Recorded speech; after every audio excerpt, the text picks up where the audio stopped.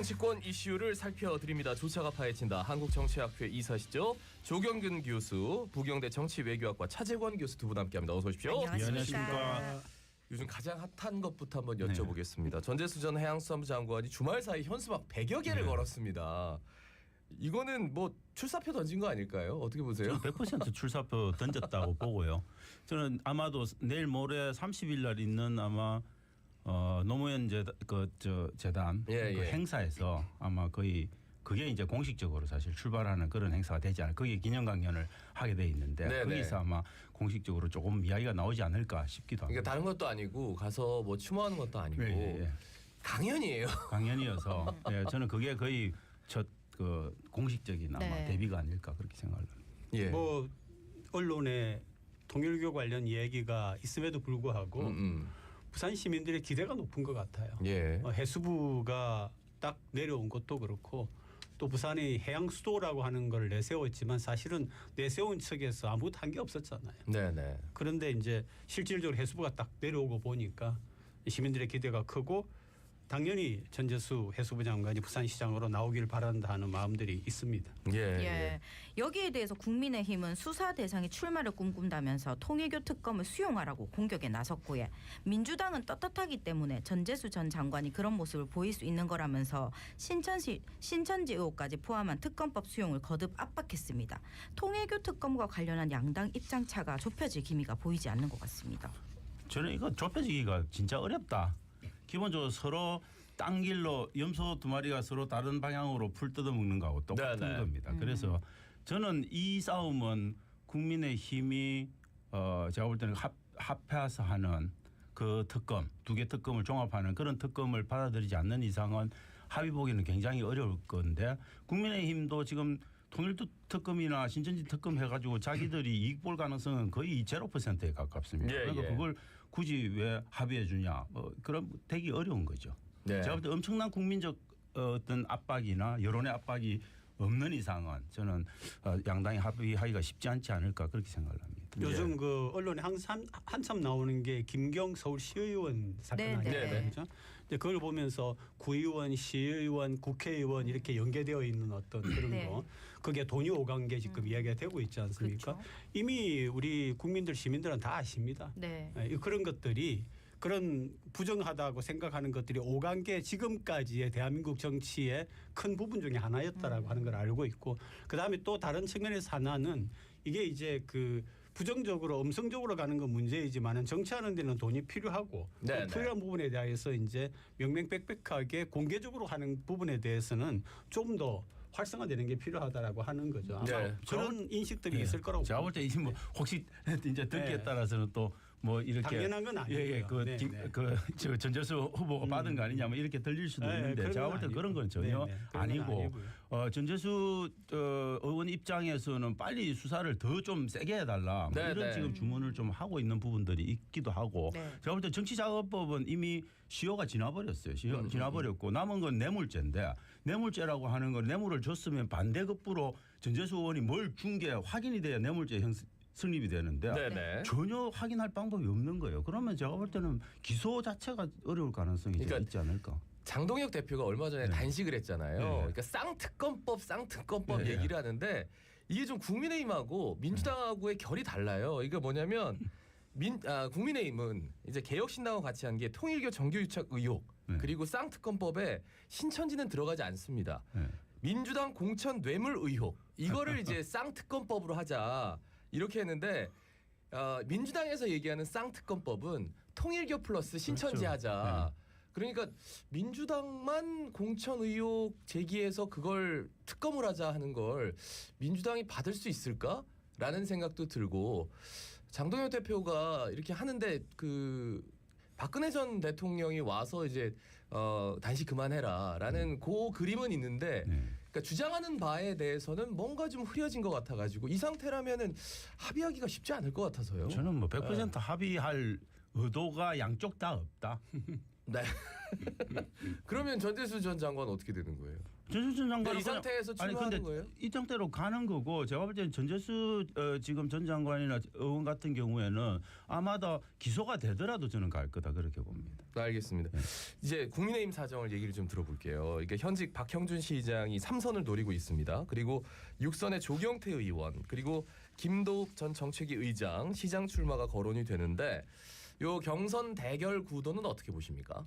경선은 뭐 시너지 효과가 있는 거죠. 네네. 그리고 그런 경선이 이루어지는 게 당연하고요.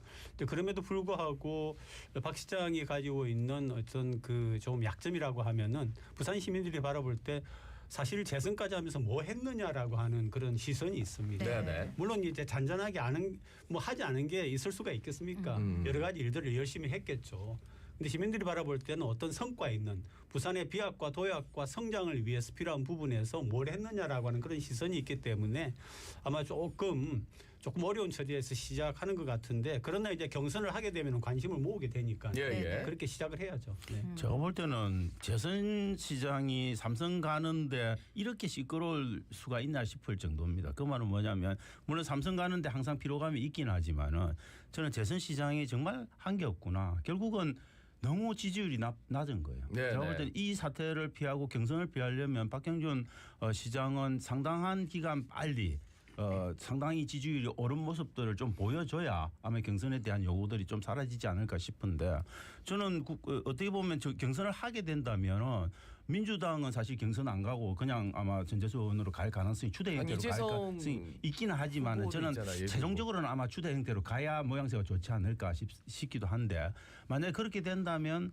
저는 국민의힘이 경선 효과는 훨씬 좀 많이 볼 가능성이 있지 않을까. 경선이 조금 더 불꽃 튀기는 경쟁의 장이 될 가능성이 있기 때문에 이벤트 효과가 조금 더 있을 것 같긴 하다. 이게 김도욱 의원은 본인이 이제 뭐 사과를 하면서 좀 본인의 움직임이 있었는데 사실 조경태 의원 같은 경우에는 본인은 가만히 있었는데 해수부 장관 그렇죠. 하마평이 올라가면서 예 이게 본인도 어떤 생각을 할까요? 근데 조경태 의원도 6선이니까 예. 이제 더 이상 선수 쌓는 건 의미가 없어요. 그러면 뭔가 중앙 정치에서 뭘 하든지 아니면 지역에서 이런 시장 같은 걸 하든지 하는 걸 해야 되기 때문에 네. 저는 조경태 의원도 그냥 그대로 있지는 않을 것 같아 그런 생각을 합니다. 그 부산이 역대 선거를 보면은 보수하고 진보가 약간 차이가 있긴 하지만은 그래도 균형을 이뤄온 그런 도시라고 보거든요. 네네. 그런데 이제 연령이 높은 도시이기도 하기 때문에 사실은 그 이번에 그 여권 그러니까 현재 야권 같은 경우에 박 시장 쪽 같은 경우에 그런 그 경선을 할 필요가 있는 게 박 시장 같은 경우에는 재선을 하면서 뭘 했다라고 하는 것을 보여줄 필요가 있습니다. 네. 그러면 경선 과정에서 내가 재선을 하는 동안에 뭘 했다라고 하는 것을 보여줄 기회가 되기 때문에 그런 점에서는 필요하다고 봅니다. 예. 네. 그리고 전재수 의원이 부산시장에 출마해서 의원직을 비우게 되면 부산 지역 국회의원 18석 중에 민주당이 유일하게 보유한 북구 갑이 보궐선거로 넘어갑니다.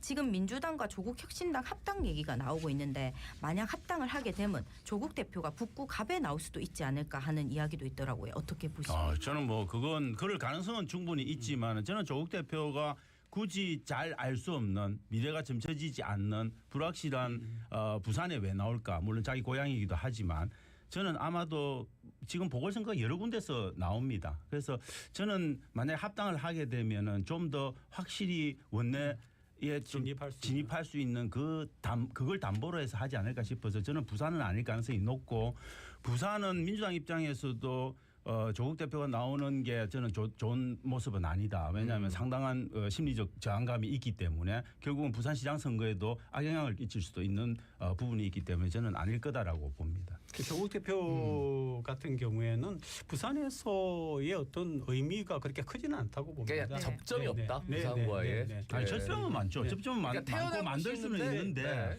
문제는 그분이 갖고 있는 그 접점으로 인해서 생기는 효과가 네. 긍정적이냐 부정적이냐 보면 저는 아직은 부정적인 측면들이 많다 그렇게 봅니다. 예, 일단 부산에서 뭐 학교를 나왔다는 거 뭐 그 정도 아닙니까? 그러니까 민주당이랑 합당을 했을 때 후보가 이제 북구갑 후보로 조국 대표를 낸다라는 거잖아요. 네.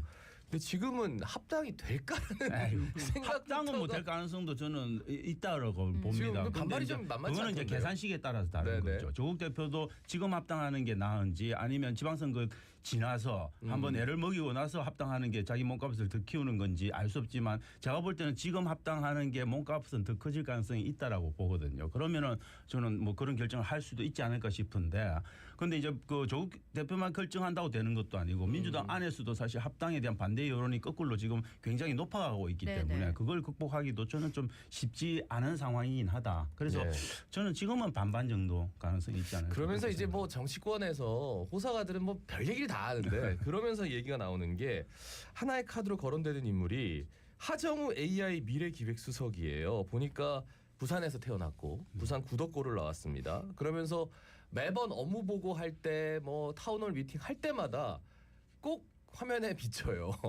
이렇게 빠른 속도로 어떤 사람의 인지도가 올라가는 게 참 드문 일인데 거기에 대해서는 어떻게 보십니까? 저는 이제 뭐 부산이 고령층이 많은 그런 도시다라고 얘기는 하지만은 네. 새로운 것에 대한 기대는 상당히 있지 않을까 생각을 합니다. 특히 뭐 AI 시대라고 하고 네네. 부산이 굉장히 낙후된 도시다라고 하는 그런 억울한 면이 좀 있거든요. 네네. 그런 점에서 어떤 그 AI라고 하는 측면이나 또 대통령 밑에 직속으로 있는 그런 것들 이렇게 하면은 상당히 기대를 높일 수 있는 그런 후보라고 생각을 합니다. 저는 근데 하정우 수석 같은 경우에는 부산시장의 플랜 B 대책 카드로 고민은 할 수 있지만 저는 지금 민주당이 그걸 고민하고 있지는 않다. 민주당 입장에서는 저는 거의 플랜 B는 없다. 전재수는 거의 확정된 거고 뭐 이재성 전 시당위원장과의 경선을 통해서 할 건지 말 건지 이런 정도만 저는 결정이 돼 있지 않았을까 싶고 하정우 수석이 지금 거론되고 있는 거는 제가 볼 때는 오히려 북구의 비는 쪽에 그러니까요. 하정우 수석 그 정도를 얘기거든요. 밀어넣을 가능성들이 네. 좀 있는데 이제 기본적으로 나이가 좀 너무 어린 측면들이 있고 여전히 하정우 수석에 대한 인지도가 그렇게 높은가에 대한 이제 의문점들도 있는 거고 또 하정우 수석이 갖고 있는 뭐 조직 역량 이런 게 아무도 없지 않습니까? 기본적으로 지금 현재 어떤 정청래 대표의 특성상으로 보면 네네. 그냥 이렇게 전략공천처럼 꼽을 수는 없거든요. 그랬을 경우에 과연 장악력이 있을까 이런 데 대한 의문도 조금 있기 때문에 조금 더 두고 봐야 되지 않을까 싶습니다. 저는 조금 그 현실과 약간 괴리가 있는 그런 이야기를 하는 건지도 모르겠지만 네네.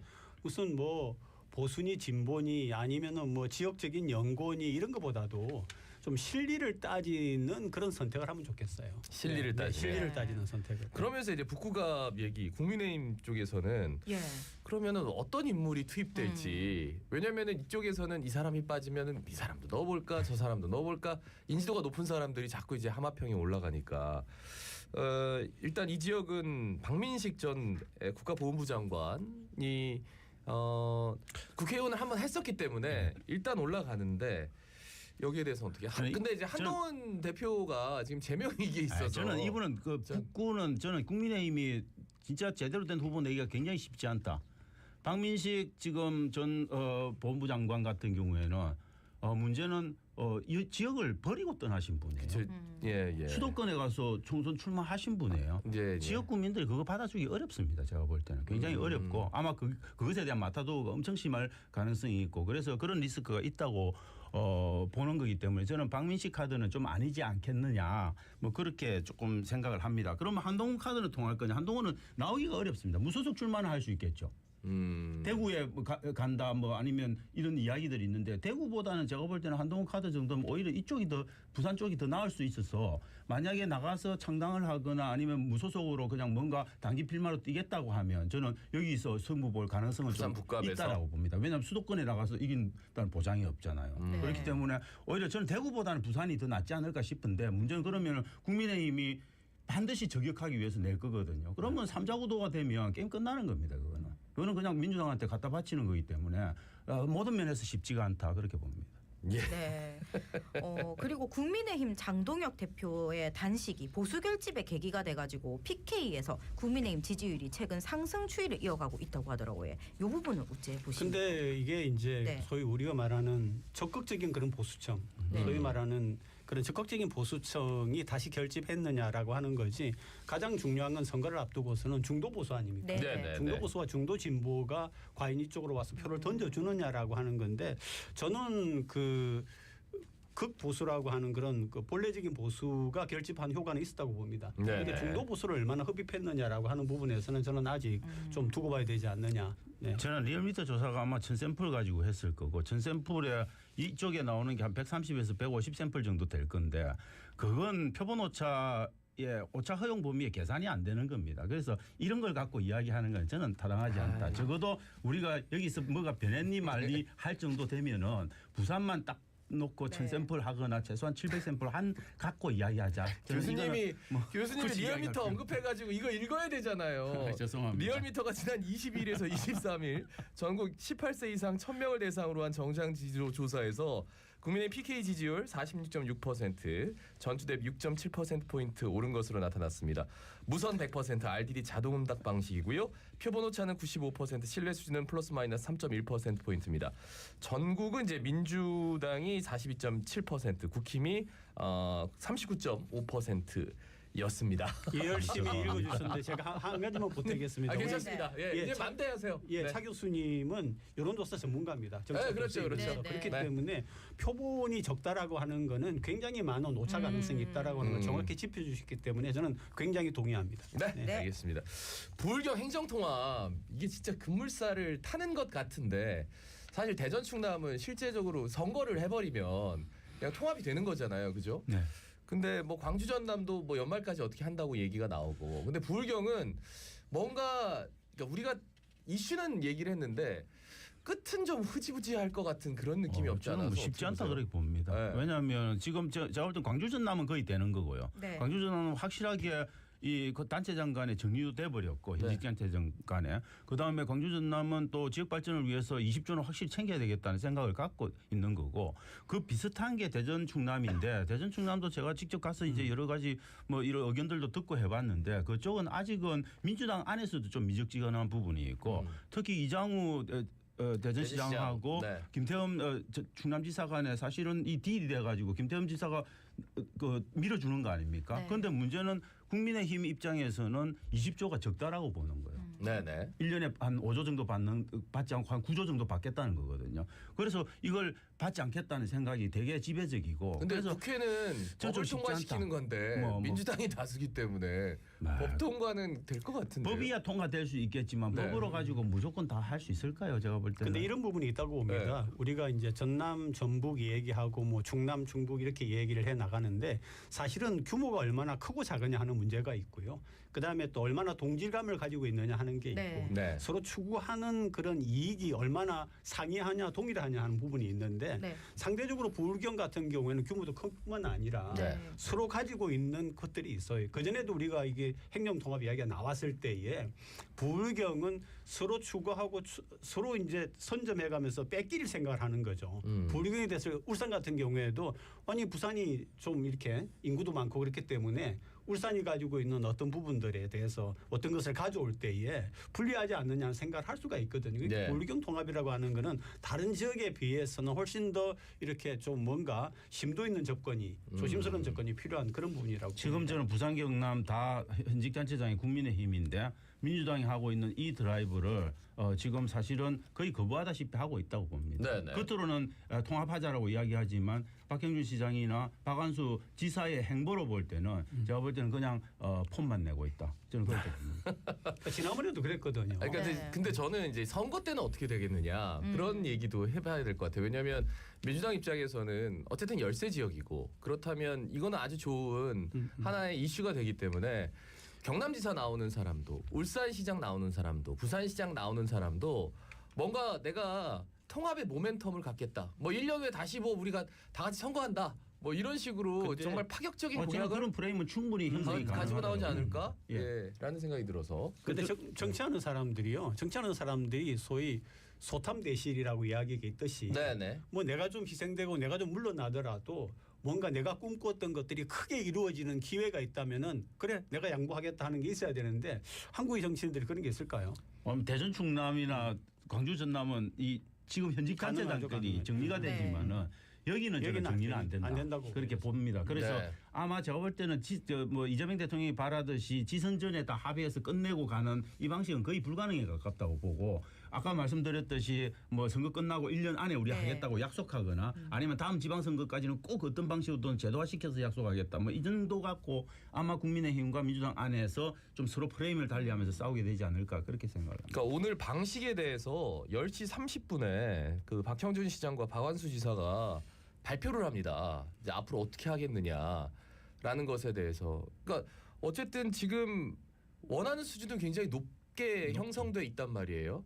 그럼 거기에 맞춰 가지고 어느 정도 플랜을 보여줘야 되는데 그 플랜에 대해서 그렇게 썩 많은 믿음을 두 분은 안 갖고 계시네. 아니요, 저는 아니고 제가 안 갖고 있는 게 아니고 박완수 지사의 생각이 아마 제가 볼 때는 5조를 주면 부산이 2조, 경남이 2조, 울산 1조 뜯어먹고 살 건데 경남이라고 하는 그 큰 덩어리에 2조 더 보조금이나 교부세를 받는 게 무슨 의미가 있냐 이런 생각을 가질 수밖에 없는 거예요. 그래서 아마 제가 볼 때는 뭐 한 10조씩 연 10조씩 주겠다라고 하는 약속을 하면 연 10조요? 달라질 겁니다. 그렇지만 네. 대전 충남 주듯이 광주 전남 주듯이 5조 여기도 똑같이 주겠다. 저라도 안 받아들여요. 그러니까 이제 그게 오는 파이 자체가 네. 굉장히 크면은 뭐 해가지고 나누면 되잖아요. 그렇죠. 근데 파이 자체가 크지 않은데 네. 결국 그러면은 지자체장들은 자기네 지역에 있는 도민이나 시민들이 그렇게 이야기하는 거죠.